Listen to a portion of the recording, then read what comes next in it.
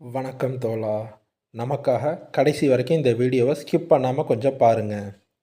கொஞ்ச நாளைக்கு முன்னாடி நான் ஒரு டாக்டரை பார்த்தேன். அவர் என்கிட்ட ஒரு முக்கியமான விஷயம் சொன்னார்.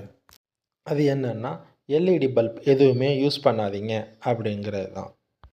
அதுக்கு பதில் டியூப்லைட் மற்றும் சிஎஃப்எல்லை யூஸ் பண்ண சொன்னார். டாக்டர்கிட்ட நான் என்ன காரணம்னு கேட்டேன். டாக்டர் சொன்ன பதில் எனக்கு ரொம்ப புதுசாக இருந்துச்சு. ஏன்னா எல்இடி பல்ப் யூஸ் பண்ணுறதுனால கண்ணோட பவர் கம்மியாகி அதனால தான் நம்ம கண்ணாடி போடுறோம் அப்படிங்கிறதா சொன்னார் அவர். உடனே நான் யோசிக்க ஆரம்பித்தேன், நம்ம எப்படி டியூப்லைட்லேருந்து எல்இடிக்கு மாறணும் அப்படின்ட்டு.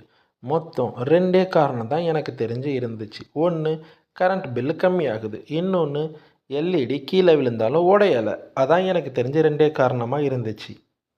எல்இடி ஓனர்லாம் அப்போ நம்மளை குனிய வச்சு நம்ம முதுகில் தான் சவாரி செய்கிறாங்கன்னு எனக்கு அப்போ தான் புரிஞ்சிச்சு. அப்போ இந்த லைட்டெல்லாம் ஒழிக்கணுன்னா என்ன பண்ணலாம்? போராட்டம் பண்ணி தான் இதெல்லாம் நிறுத்தணுமா அப்படின்னு கேட்டால் தேவையில்லை.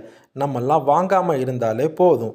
அப்போது இதில் எத்தனை பேர் எல்இடியிலிருந்து பழைய பல்புக்கு மாறி உடல் ஆரோக்கியத்தை பாதுகாத்துக்க போகிறீங்கன்னு கமெண்ட் பண்ணுங்கள்.